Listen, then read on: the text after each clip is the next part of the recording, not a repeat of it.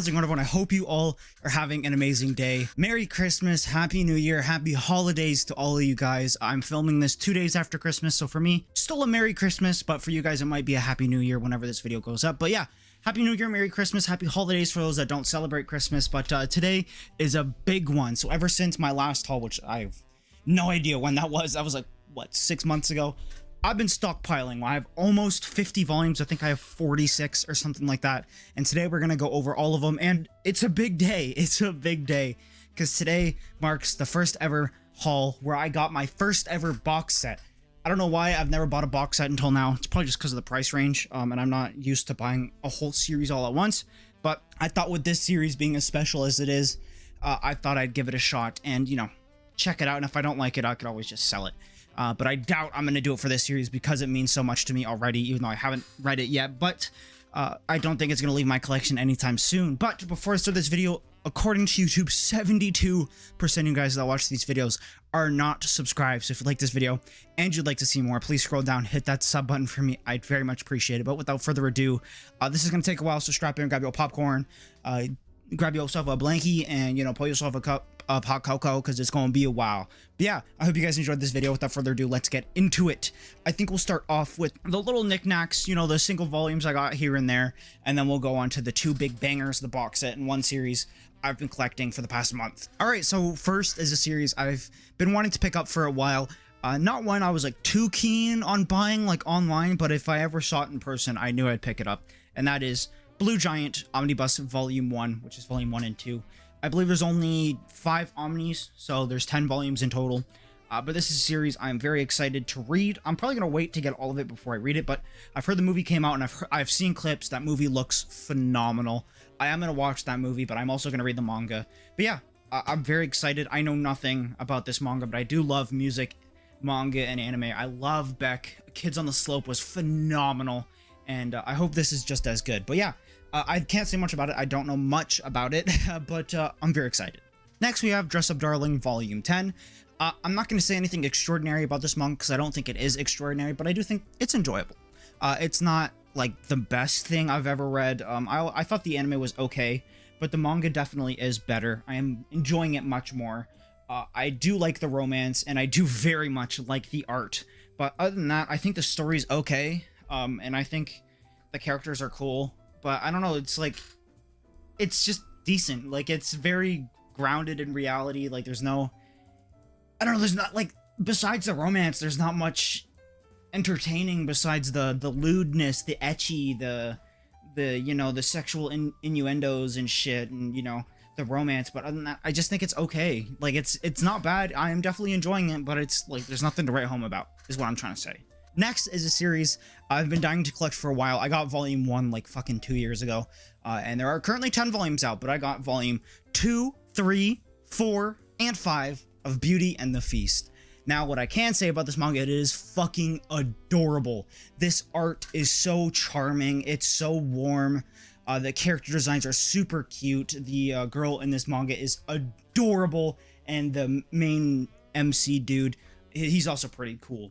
But this manga all around is just adorable. It's such a warm feeling, super lighthearted, a wholesome read that I am just loving. For the longest time, I've always wanted to pick up this series because I loved the first volume, but I don't know, I never bit the bullet until now, and I don't regret it. I don't know why I never picked this up whenever a new volume came out, so I do have to do some catching up.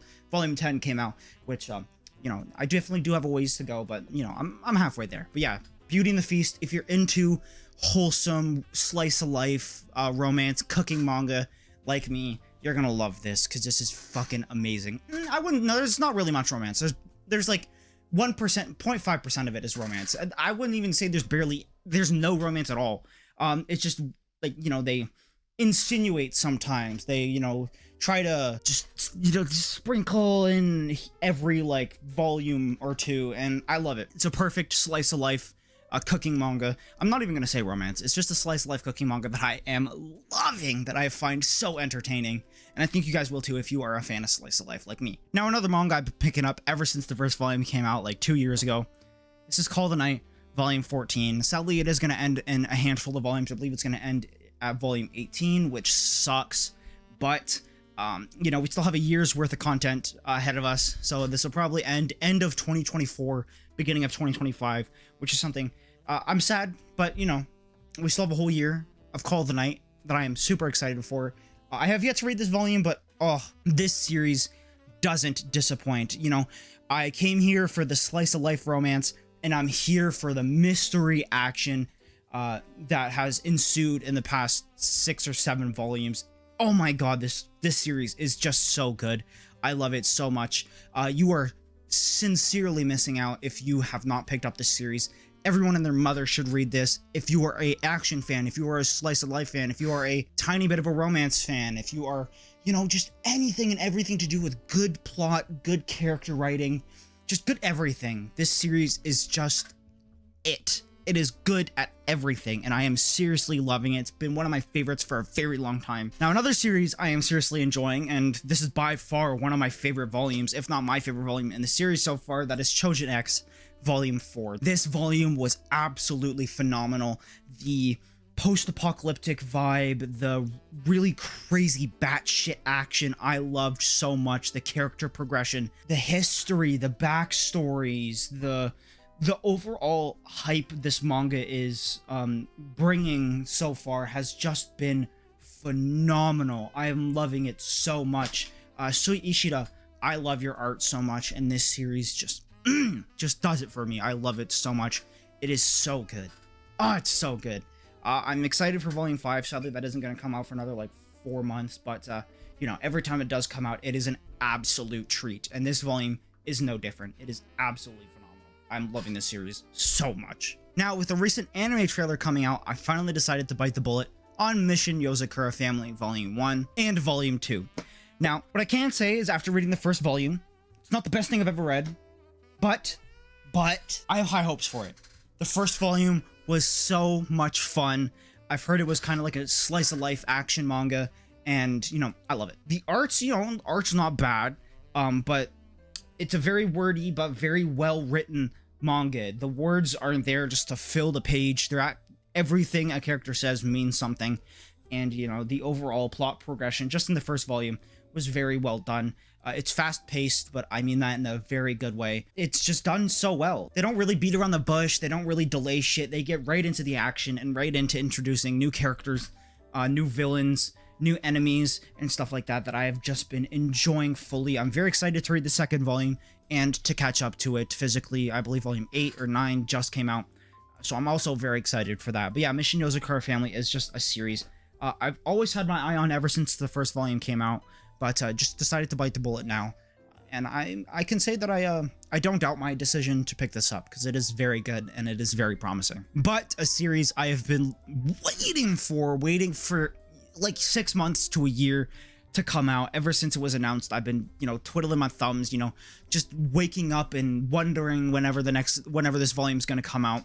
And that is Origin by Boichi. For those that don't know, Boichi is one of my favorite artists of all time. He did Dr. Stone, Sun Can Rock, if you guys know Sun Can Rock.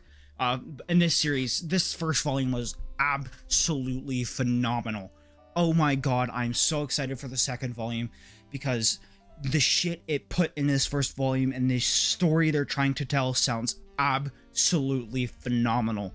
Boichi, I love you so much. This just confirms my love for you and your manga and your art and your storytelling, because this was phenomenal.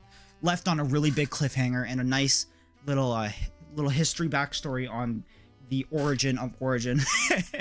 But oh, so excited, and I wish this series would just, you know, come out every day, because it is by far a phenomenal read that I am loving so much. Next is a series I picked up June of last year. I picked up the first 3 volumes and didn't pick up any more until now, and that is Hinamatsuri. So we have Volume 4, Volume 5, and Volume 6. Now, I got these all at my local comic book shop for $5 a piece. They're usually like $16, $17 a piece, Canadian at least. And so for $5, fuck yes. Absolutely, because I've seen them on their shelves for so long for retail, and I don't know why I was waiting to buy them, but now I know why I was waiting, because they ended up being on the discount shelf for $5 a piece. So I ended up paying $15 for all of them instead of like $17 just for one. But Hinamatsuri is a hilarious comedy manga that a lot of people don't talk about enough, that I have been loving. I loved the first 3 volumes. I thought it was, you know, the shit talking, the absolute just absurdity of this manga and its comedy is just fits the vibe of this manga so well. And I do have to say, I do really like the art. The art is also very stunning, and I do love the covers to this series as well. It's just by far a phenomenal manga that I'm loving so much, that I got for a really good deal. And, you know, it's the best of both worlds. You know, I spend $15 for 3 volumes and I get a series that I am genuinely interested in and I'm loving wholeheartedly. But yeah, that's Hinamatsuri. I'm just so excited. I'm so excited. I believe the 19th volume is going to be the final volume that comes out in the next couple months. So, you know, there's no rush for me to pick it all up, but I do want to sooner rather than later. But yeah, Hinamatsuri is a series I do need to dive back into now that I have an excuse to. Okay, next is a series I dogged on for a while. I said I didn't like and said disappointed me, but after watching the recent season and falling in love with the newest arc and just realizing just how special it is, I decided to catch up to date to a manga I now genuinely love wholeheartedly. That is Jujutsu Kaisen. Ah, you thought I was gonna say Chainsaw Man, weren't you, you little pieces of shit? Hell no. Hell no. But Jujutsu Kaisen is a series I am now on board with, that I love fully. Just the overall absurdity and the powers in this manga are so fun. They're so cool. I just love wholeheartedly. Now, I did, like I said, catch up. So we have Volume 16, Volume 17, Volume 18, Volume 19, Volume 20, and Volume 21. Like I just said, I'm on board with this manga now. I haven't been on board for the longest time. Ever since 16 came out, which was like a year or 2 ago. The newest arc, the Culling Games, has been phenomenal. Has been a phenomenal arc that I'm loving wholeheartedly, that I think people are going to go bonkers over when Season 3 eventually comes out. But what I can say is Hikari and Higuruma are by far my 2 new favorite characters. I knew Hikari was going to be my favorite before I even read it, but I didn't know I was going to like Higuruma so much as I do now. But I love his domain expansion. I love how his power works. I just love him as a character. And Hikari, he's just cool. Me being a JoJo fan and being used to over-explained and overpowered abilities and being able to read them and understand them, I understand Hikari's power. I do. And it is so cool. It's so simple, yet it's complicated at the same time. It's pretty much, he has a gambling addiction. And, you know, I can go into so many... Sorry, I got interrupted. I love Hikari's power and everything that he does. I think he's just a very stylistic character. The way he's written is very well done.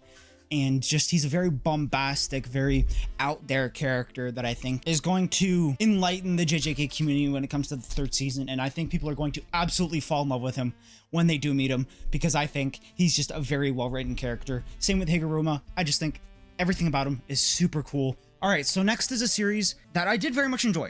I did very much enjoy the first volume, but this one was so fucking weird.